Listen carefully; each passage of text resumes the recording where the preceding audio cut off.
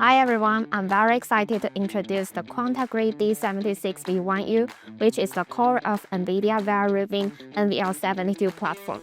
This system is built on NVIDIA Vera Rubin superchip and is purpose-built to meet the most demanding power and thermal requirements required for the massive-scale AI reasoning and AI agentic workloads.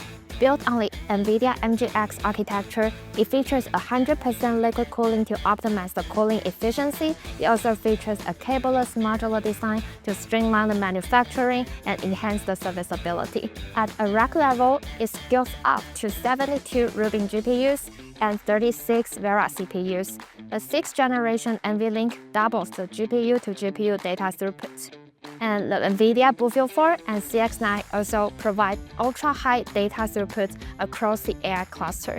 So to summarize, the D76V-1U and our rack solution provides a very powerful foundation to build and deploy your AI factory. Thank you.